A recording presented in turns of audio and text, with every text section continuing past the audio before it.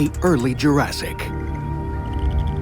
Lush forests teeming with life of all shapes and sizes. This is not the Amazon, it's Antarctica, 190 million years ago. Antarctica today is a very different place than it was in the past.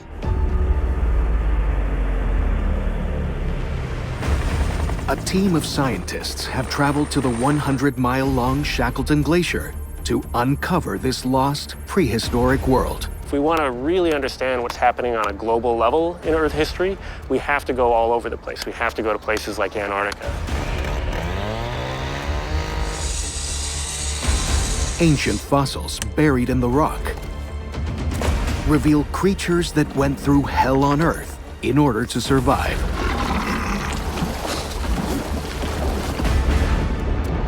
Including the worst mass extinction in our planet's history.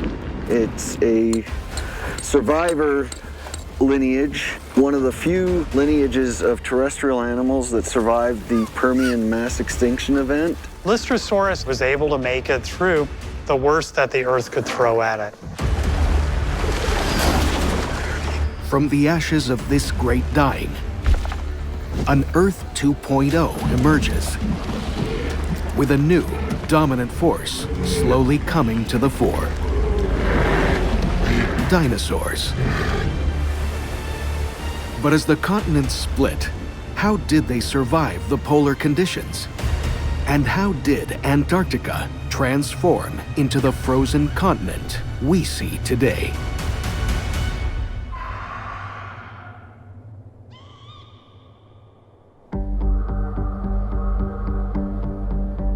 The first dinosaurs appeared around 231 million years ago, during the late Triassic.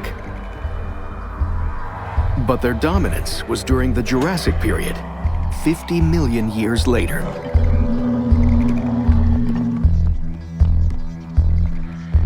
In early expeditions to Antarctica, scientists had only found proto-mammals, giant amphibians, and primitive reptiles.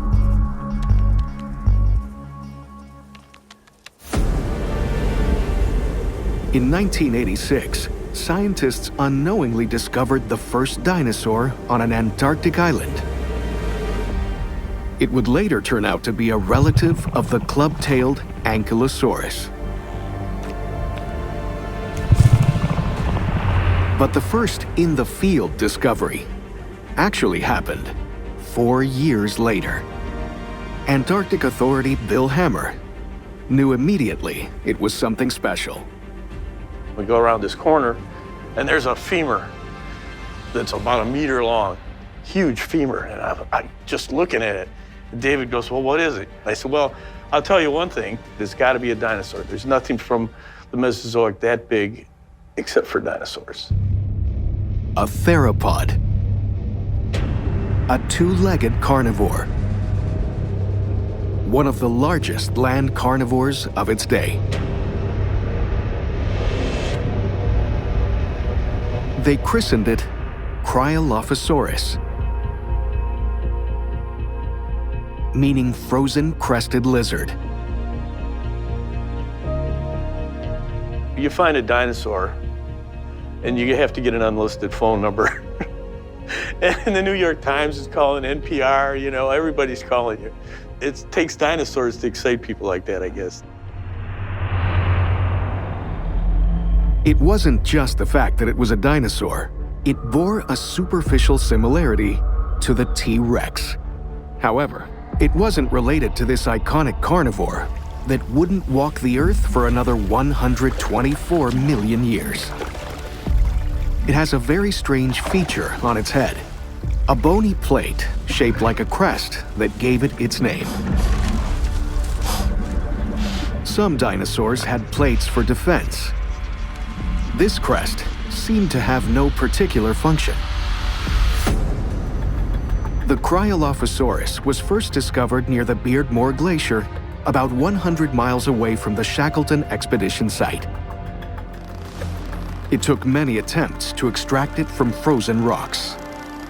Eventually, after 3 expeditions spanning 20 years of excavation, in 2011, Hammer and his teams would complete the job and remove the remaining pieces of the fossil jigsaw.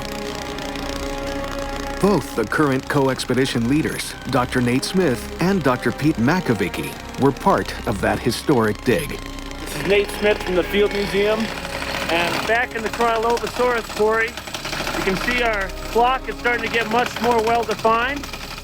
The Cryolophosaurus quarry was a really emotional and amazing time, incredibly exciting, and one of the most monumental parts of my career. We discovered that we have about 30 bones exposed, and a lot of them appear to be articulated. That is, they're still joined together in the natural way they would have been in the animal. So we have probably somewhere between a third and a half of the animal still in the rock. Instead of removing the fossilized bones, the team extricate the whole block of rock in which the fossils are embedded. Block by block, they carry the precious rock to the waiting helicopter.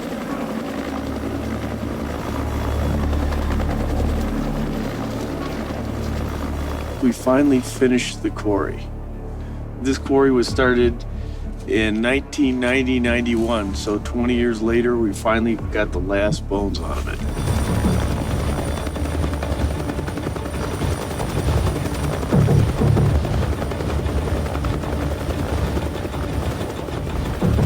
This has been one of the most fantastic experiences of my life. Being in Antarctica is a great experience, but this is probably the greatest experience of Antarctica, even though it was the most difficult. The discovery of an apex predator, like Cryolophosaurus, begs the question, what did these 2-legged carnivores prey on? They would need a considerable diet of meat to thrive down in the polar forests. From the same fossil area as Cryolophosaurus emerged a candidate, now known as Glacialisaurus. Glacialisaurus is a dinosaur that I named with Diego Pol in 2007. We know that Glacialisaurus was actually a pretty large animal. It probably was the largest herbivore living in Antarctica during the early Jurassic. This 25-foot-long, 5-ton plant-eating dinosaur was fleet-footed.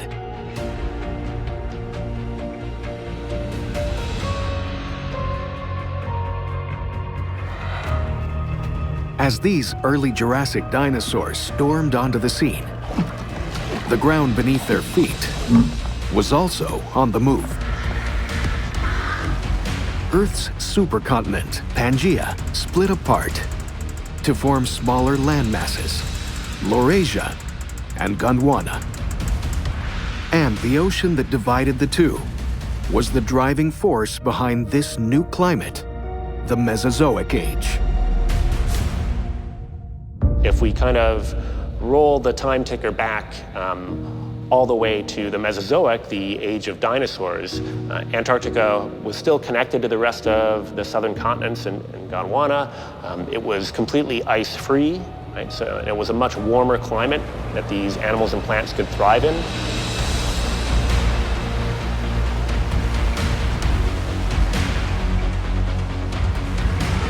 Glacialisaurus needed to be swift, as it was prime beef for Cryolophosaurus. Stalking the lush Jurassic forests of Antarctica, this solo hunter may have targeted Glacialisaurus groups, like big cats stalking savanna herbivores today.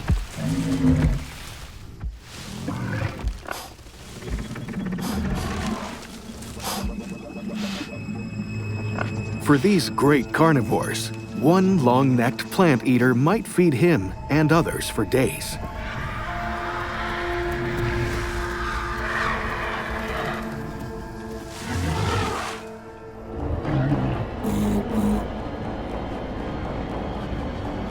But you have to catch them first.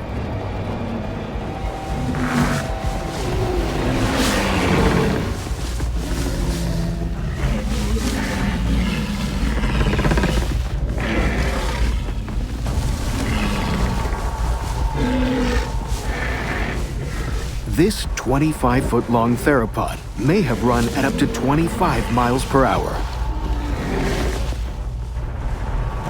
But evolution often gives the prey the edge in a foot race like this. Cryolophosaurus won't be able to maintain top speed for long. He'll need some luck.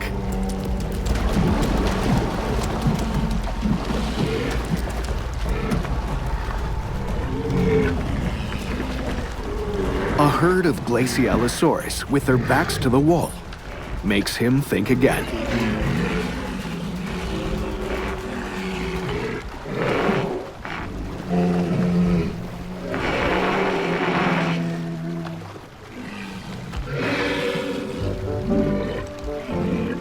Due to its mysterious crest, it is often given the nickname Elvisaurus.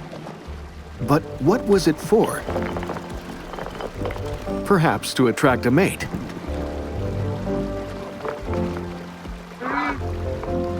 Much to the relief of the group, the male has scented one close nearby.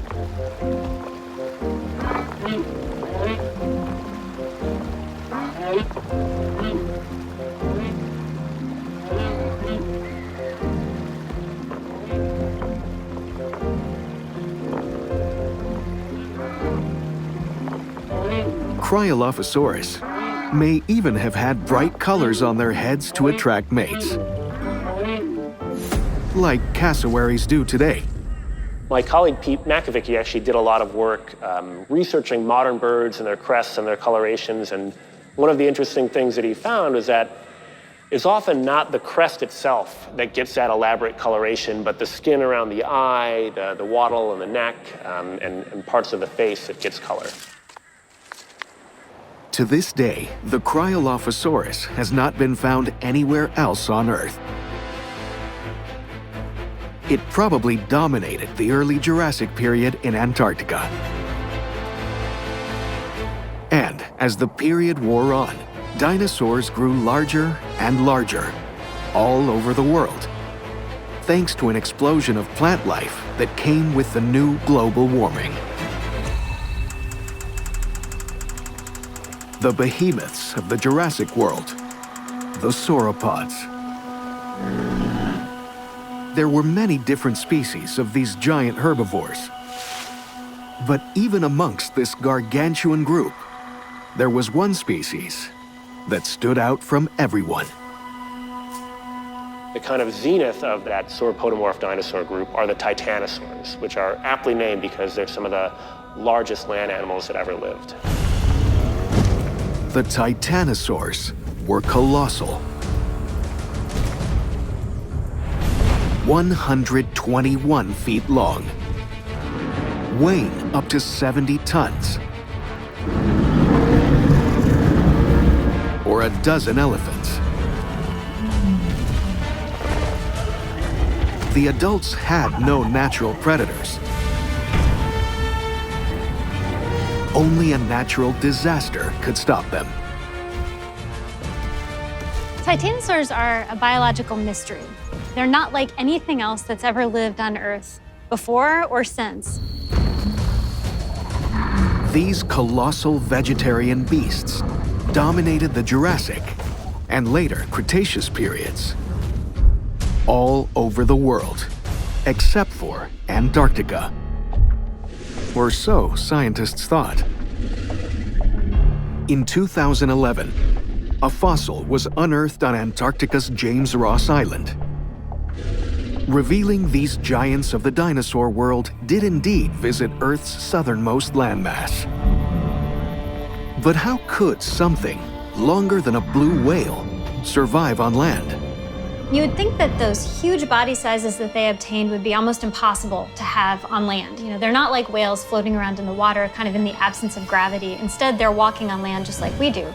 And so sauropods have kind of adapted some interesting characteristics of their anatomy that help them survive in these crazy terrestrial environments. They have these giant columnar limbs, perfectly adapted to bearing their massive body weight so they can walk around on land, just like an elephant. Their spinal columns are so long, they've been called a walking backbone. Their incredibly long necks were filled with air sacs, like modern birds, to help them breathe more efficiently and to lighten the load of their large skeletons. At the end of their long necks, they have a tiny little skull with this tiny brain and teeth that are made only for eating plants. Their several hundred-pound hearts were the size of a large man. Every heartbeat pumped about 24 gallons of blood through its arteries. So trying to understand how these organisms lived for hundreds of millions of years doing this crazy body plan is one of the biggest mysteries of paleontology. Maybe titanosaurs competed with each other like today's giraffes.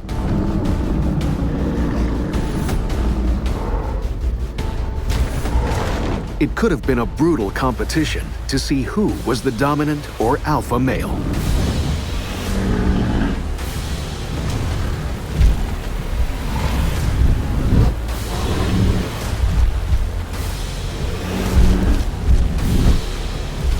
All part and parcel to the difficult detective work paleontologists go through, piecing together evidence that's millions of years old.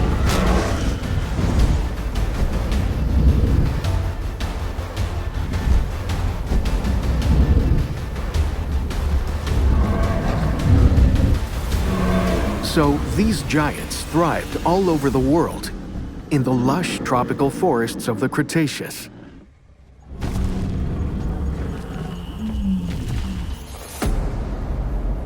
Evidence was found that, at the very least, Titanosaur may have treated Antarctica as a superhighway. While most early Titanosaur fossils were found in South America, in recent years, a few species have been dragged up from rocks on the other side of the world, in Australia.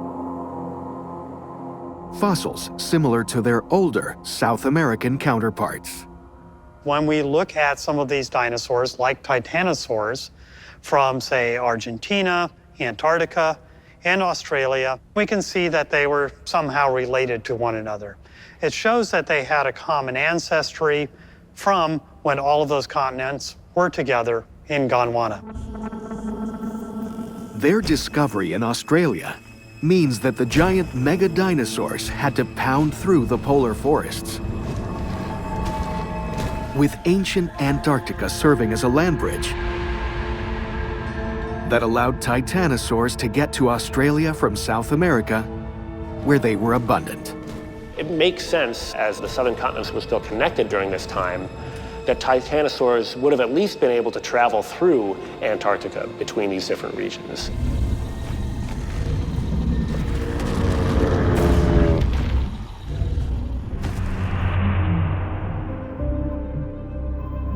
In Antarctica, the giant titanosaurs would have discovered a cooler climate, but ice-free and thick with forests, on an epic road trip to Australia.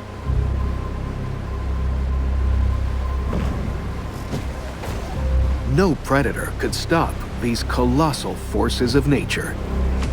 Well, being giants are a really good strategy if you want to avoid getting eaten by almost anything. So when you look at modern ecosystems like sub-Saharan Africa, you see elephants really don't have very many natural predators once they get to their adult size. If you can get big, why not get big? It's a really great strategy for avoiding being eaten.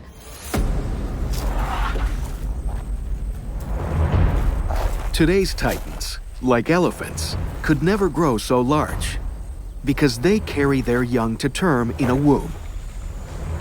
Titanosaurs don't have this limitation. They were egg layers. Herds of females laid thousands of eggs together, up to 40 at one time in their shallow nests.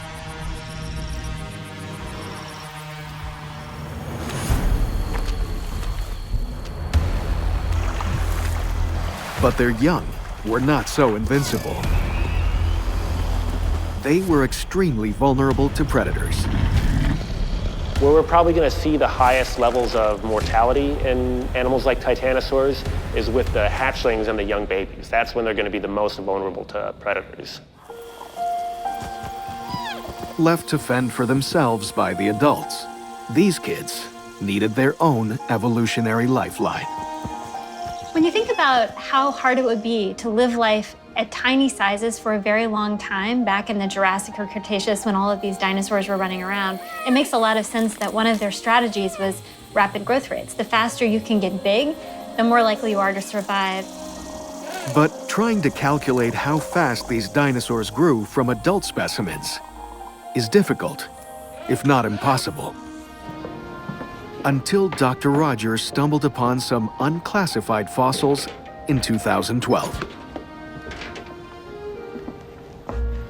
I was searching through a collection for crocodile and turtle bones, and along the way I kept finding small sauropod bones.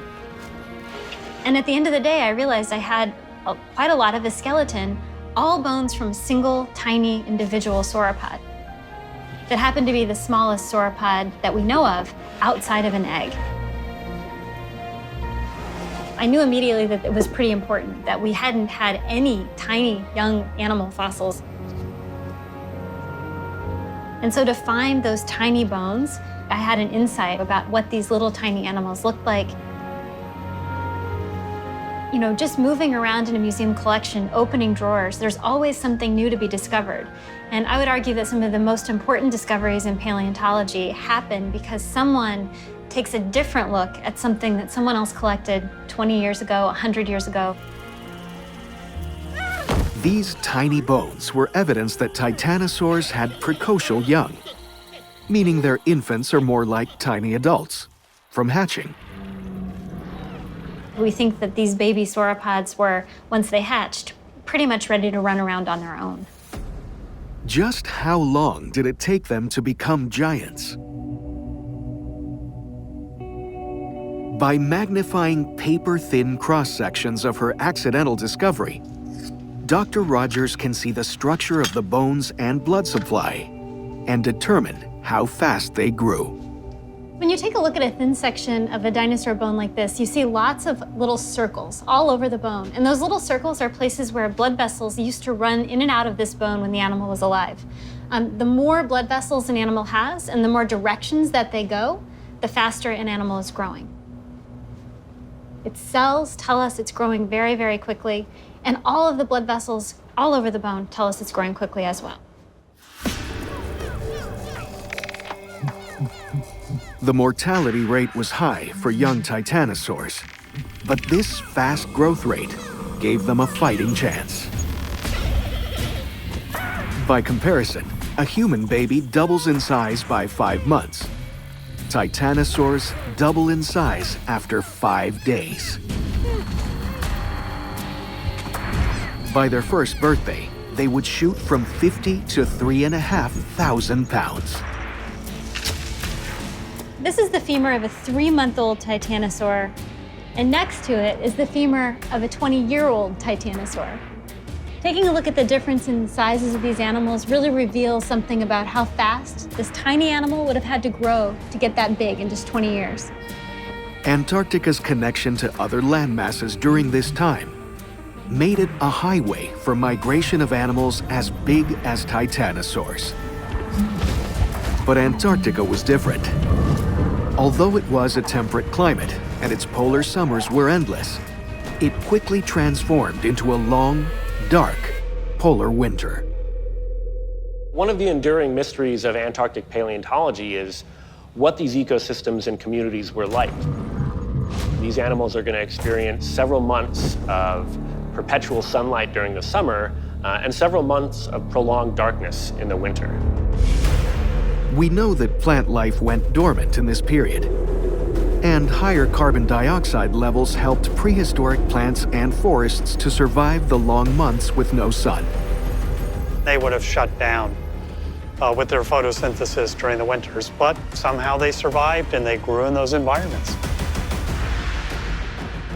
But how did prehistoric animals like the dinosaurs survive in the polar darkness?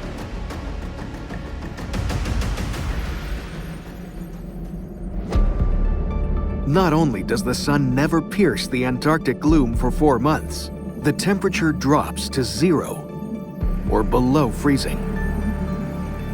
This is very different from what most of us think of as an ecosystem for dinosaurs, is dinosaurs living in complete darkness during several months of the winter and sub-freezing temperatures. Did it get warm some days? Sure. But for the most part, it would have been a pretty challenging environment for any animals living there all year round. In the Transantarctic Mountains, the team continue to seek further evidence for this enigma. The paleobotanists are having a good run of fossil hunting this expedition. Okay, I heard an "oh, cool" over here. Yeah, find the pretty. Oh, nice, nice, yeah. But for the paleontologists, it's always tough work to extract fossils from frozen rock. A possible clue to this polar survival mystery was buried deep in ancient rocks in Antarctica's former neighbor, Australia. During the mid-Cretaceous, around 100 million years ago, Southeast Australia lay in the polar region. Here, a tiny dinosaur may have adapted to the sunless winters in a unique way.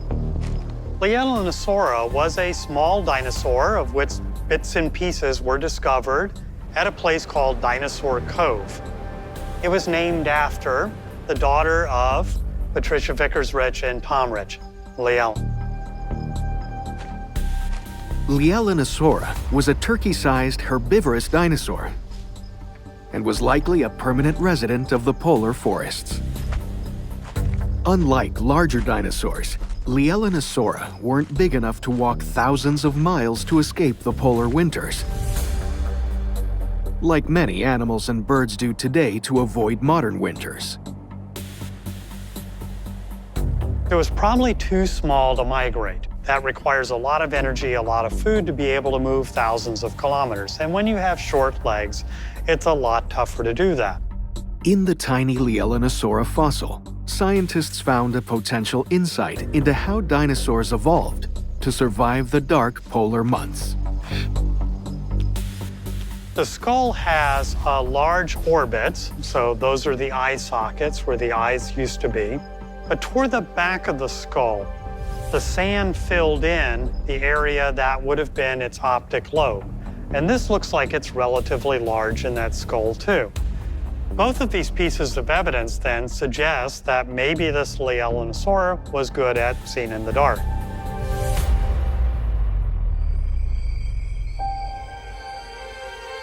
In nocturnal animals, big eyes exploit what little light is available, while enlarged optic lobes can more effectively process the visual information coming in.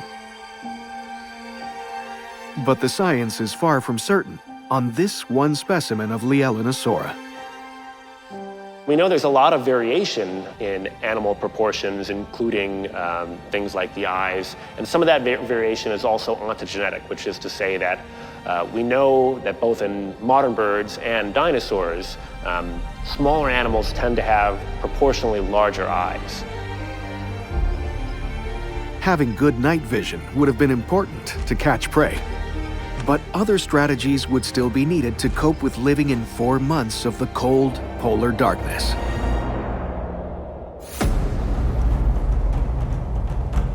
Trace fossil expert Anthony Martin found a possible answer only a few miles from the discovery site of Glacialisaurus.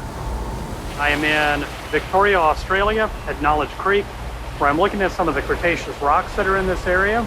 In that cliffside, I saw this tube-like structure that went down and then it expanded and then it rounded at the end.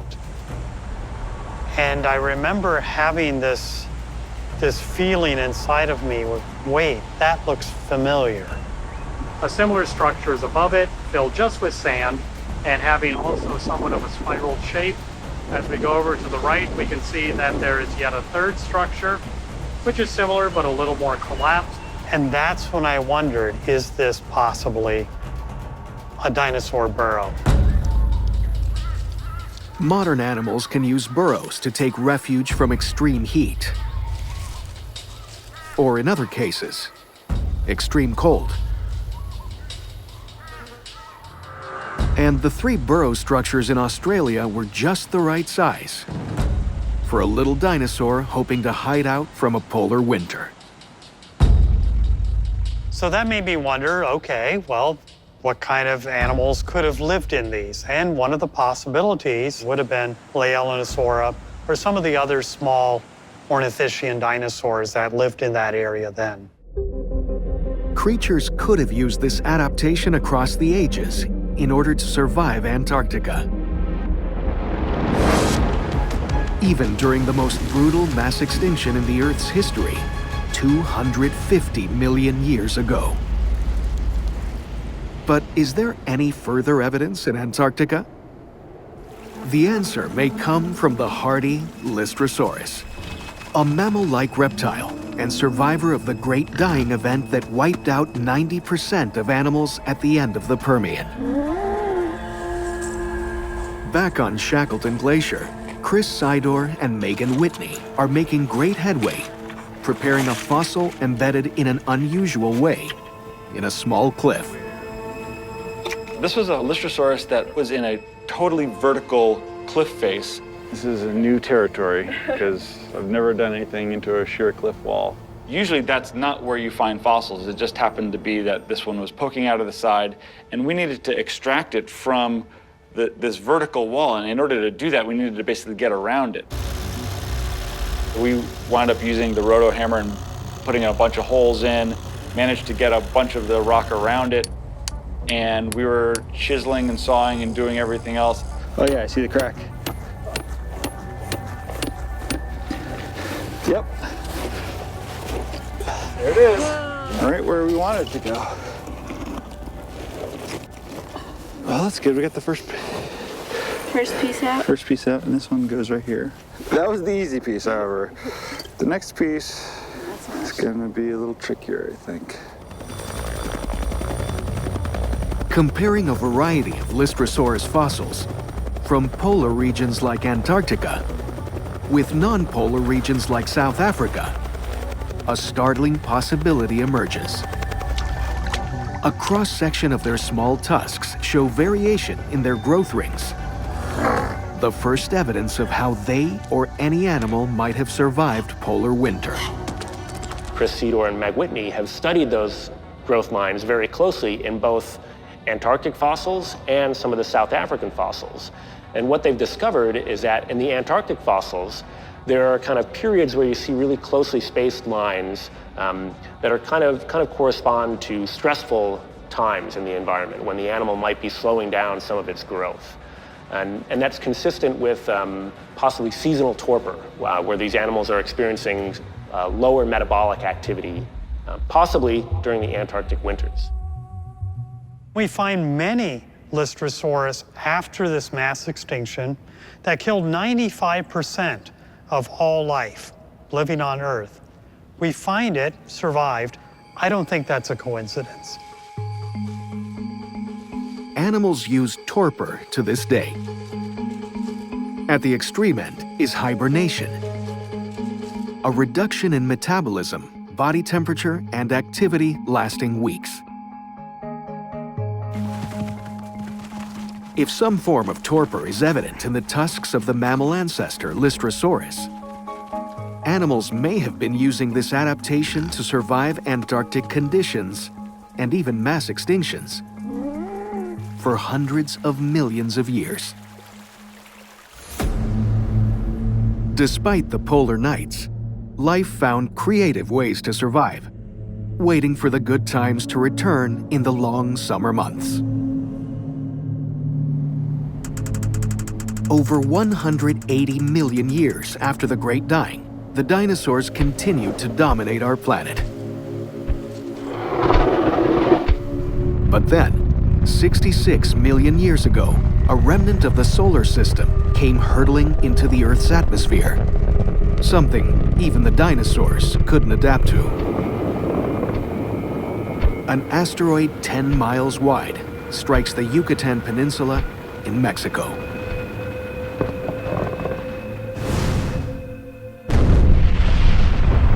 The resulting impact contributed greatly to the end of the dinosaurs.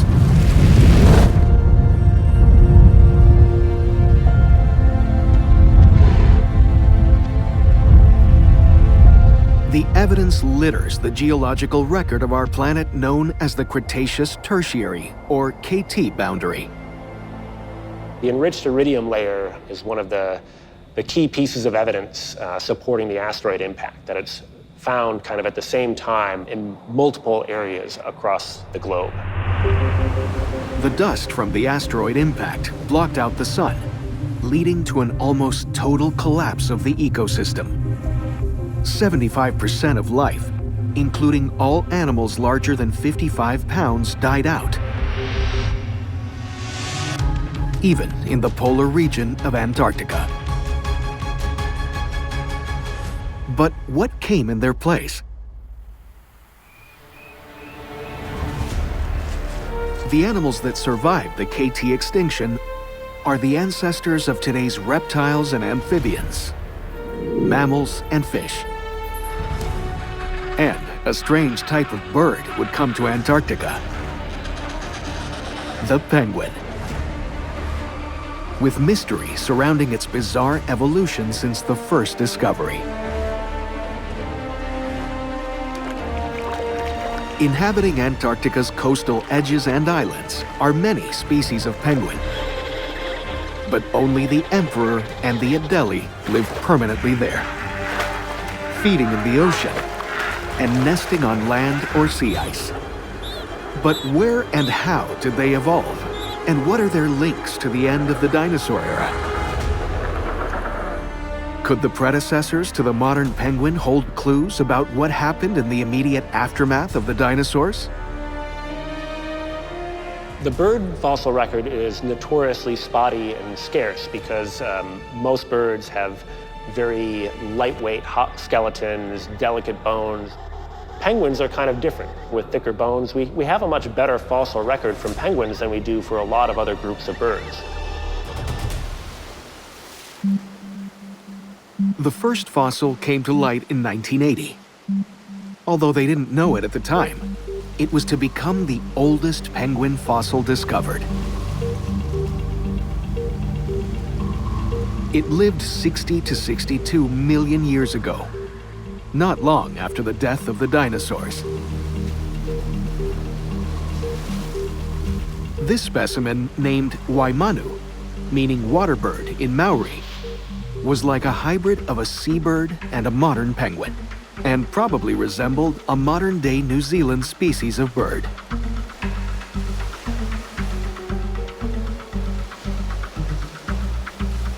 Waimanu is a penguin, but it has a lot of features that look quite similar to some other modern seabird groups like cormorants, also known as shags, that are found throughout the world. So Waimanu was an early penguin, and was unlikely to have had the ability to fly.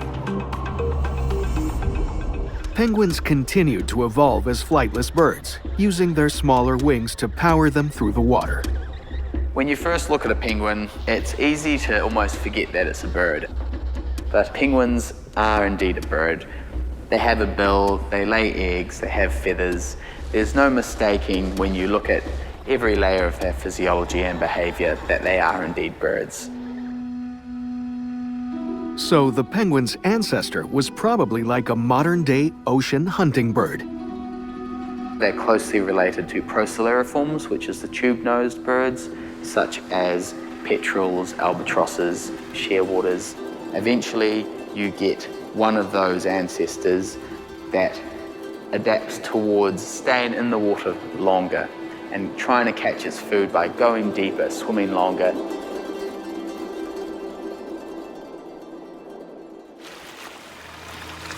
Today, penguins have adapted to ocean predators by living and nesting on land. They go to the sea only to fish. But evidence has revealed something even more surprising. The fossil record shows that after Waimanu, even bigger versions of penguins were discovered in Antarctica, and several species in New Zealand as well. Some of these giant species were about a foot taller and almost double the weight of our largest penguin today, the emperor. Why did such a large penguin live then and not now?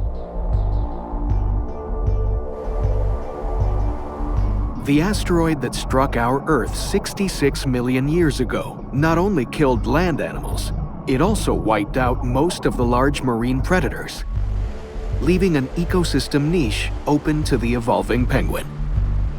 You have an ocean that's probably empty of a lot of top predators. And you have a few seabirds starting to spread around the world and find that there are all of these open niches, open spaces in the environment waiting for a species to evolve to fill that niche and exploit the resources. We know that with the death of terrestrial dinosaurs, strange new creatures like penguins sprung to life on Antarctica, and the seas began to fill up again with marine life. But Antarctica's and New Zealand's giant penguins and flighted birds have helped stir up the biggest mystery in paleontology today. Are they the true descendants of dinosaurs?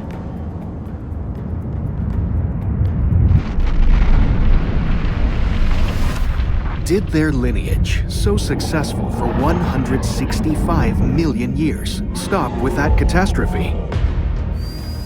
Or did something of the dinosaurs survive to this day in the form of birds?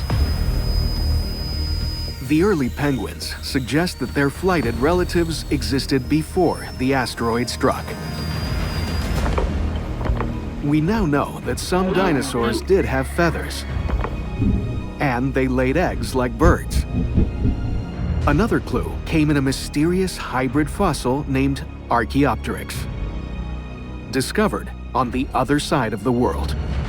Archaeopteryx played a big role in establishing that link between dinosaurs and modern birds. Right? It was, clearly a feathered dinosaur, but also still had teeth, still had a long tail, kind of displayed this nice mosaic of features, still retaining a lot of dinosaur anatomy, but also having a lot of those key traits that we find later on in modern birds. But the 150 million year old Archaeopteryx was just one piece of evidence. Unearthing a much younger fossil would provide a later missing link. A paleontologist working on a small Antarctic island called Vega stumbled upon such a fossil. Like many discoveries, it lay unidentified for 2 decades.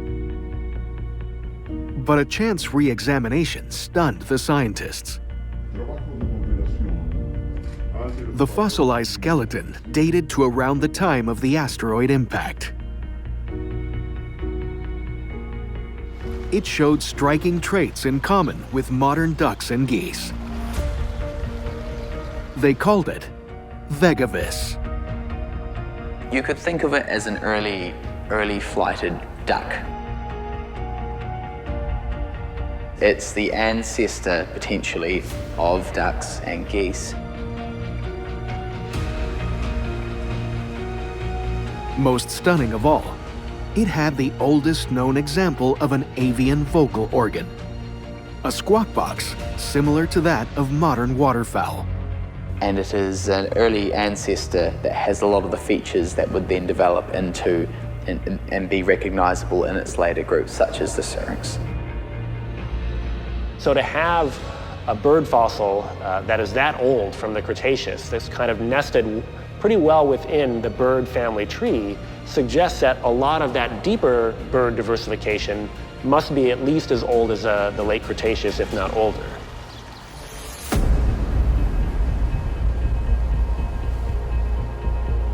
So some avian dinosaurs survived the KT extinction to become birds, while all the non-avian dinosaurs died out.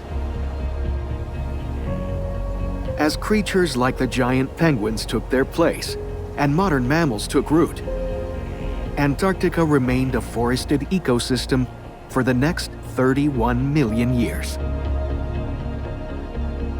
but around 35 million years ago, as the final southern continents drifted farther apart, Antarctica would find itself alone at the bottom of the Earth, with devastating consequences. The post-end Cretaceous mass extinction Antarctica is a very different place. It's going to witness a lot of geographical and climatic change, right? One of the big things that's kind of continuing on there is the splitting of the southern continents. We're not talking about kind of flipping a light switch. It's kind of a gradual process. And we get the establishment of a circumpolar current. And that's kind of one of the key things that changes climate in Antarctica and allows for ice sheets to start forming again.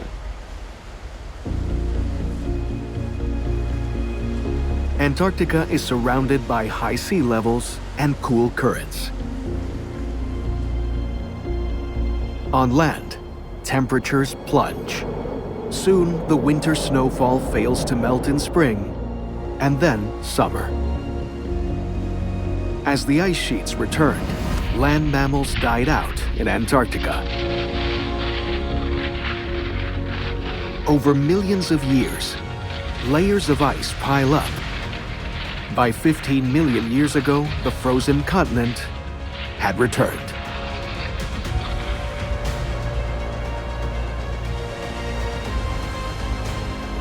Today, the layers are 3 miles thick in places. All traces of prehistoric animals are hidden under a blanket of ice, until the early 20th century, when explorers stumble upon fossilized leaves.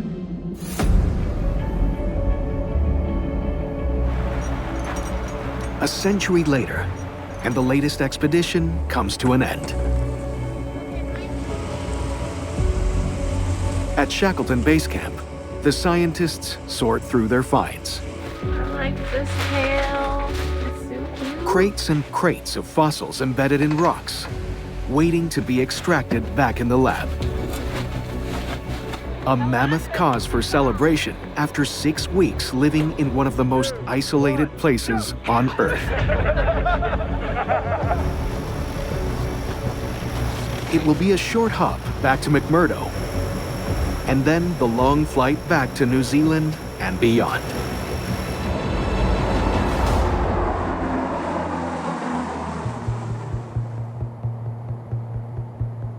But once they get back in their laboratories, the real work begins.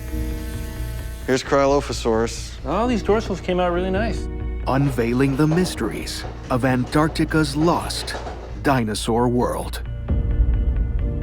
It's kind of like a second Christmas once you get things back into the museum and the lab and start opening up those jackets and preparing things, and it's like discovering it all over again. Oh, wow. Wow. Look at that preservation. Looks very good. Yeah. The last time I saw this guy was 5,000 miles away. Except where the ice was, the preservation's really quite remarkable. Yeah, the bone surface is great. We found better specimens, more complete specimens, some things that we think may even be new species.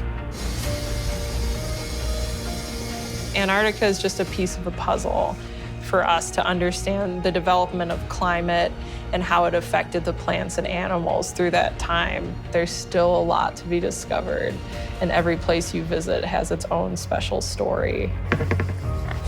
Antarctica's secrets are gradually being revealed. The paleontology that comes out of Antarctica is invaluable because it fits a piece in the puzzle in the history of life of what did life do when it was in those polar environments over a very long span of time. But as humankind continues to explore this frozen wasteland, clearly this isn't the end of the story for ancient life in Antarctica. With each new discovery, the dinosaurs of the frozen continent are roaring back to life.